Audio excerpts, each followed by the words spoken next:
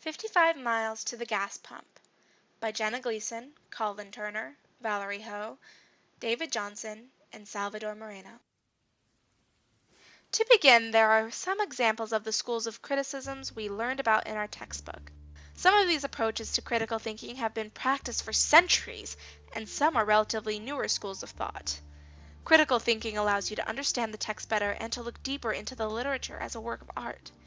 It allows you to begin to form your own interpretation of the work. Reading a piece of literature with a particular school of thought is similar to looking at the world with different lenses. It changes your perception and experience of the text. Today, we are going to be focusing on reader response criticism. Although the reader's response is important to many other schools of criticism, reader response criticism more strongly emphasizes its significance in understanding the work. The reader's own interpretation of the text is also a reflection of their own self, as the reader brings their own expectations and assumptions to the reading that may or may not be met. In reader response criticism, literature is not finished, nor does it have fixed properties. Reader response critics do not attempt to define what literature means, as it has many different meanings. It is seen as a work that is ever evolving, changing as the reader does. It is what the reader makes of it as they process the imagery, symbolism, characterization, and other literary elements.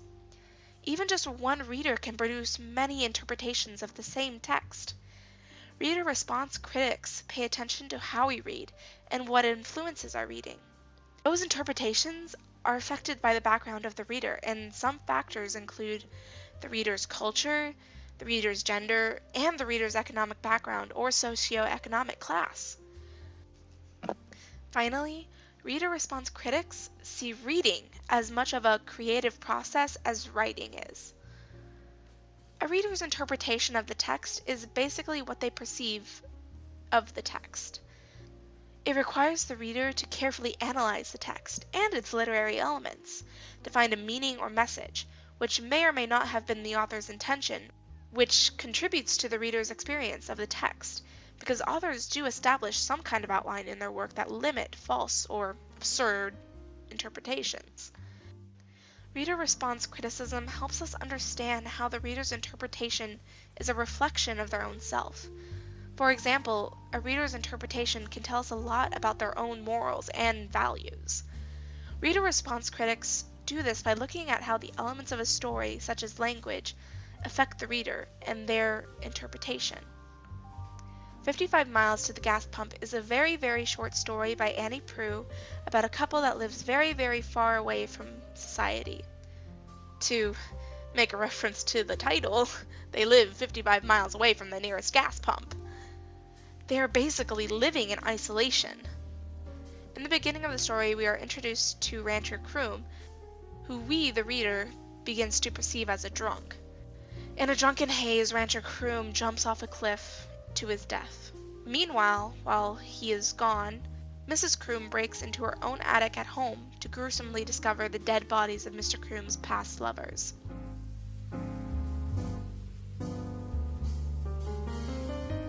Every little detail in this short story is meant to represent something grimy and dark, and this is supported by the author's use of language and imagery.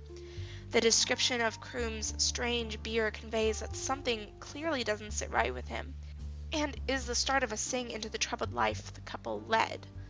The couple lives so far out from anywhere that there is really nothing to do besides stay at home.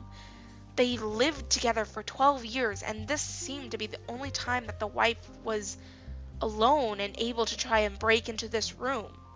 She couldn't try it before because he never went anywhere, because there was no need to go anywhere. They couldn't go anywhere. The isolation doesn't just end with their living situation, but also between them as a couple. Their relationship must have felt isolated because Mr. Croom had his lovers on the side, and his wife was forbidden from even exploring her own home, even though it was implied she had already had an idea of what was going on.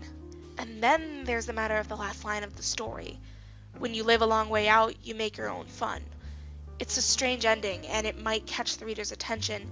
It may be sarcastic, or it may not be. It almost excuses the gruesome behaviors of Mr. Croom and writes it off as something anyone would do if they were that isolated as well. There is also a lot to say when it comes to the decisions of the characters regarding their isolation.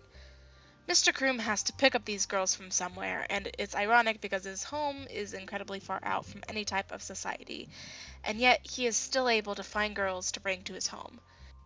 This is an example of the dark humor that Prue put into her short story. He's willing to go so far out of his way to steal these girls away, but he's not willing to take their bodies and hide them in some place other than his own home. It tells a lot about a reader who can recognize that humor and find enjoyment out of it. Dark humor can reach into the depths of any person's personality, as the ability to respond to it lies within that area.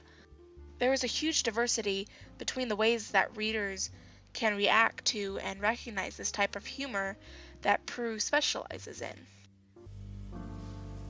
Thank you for watching this presentation of 55 Miles to the Gas Pump.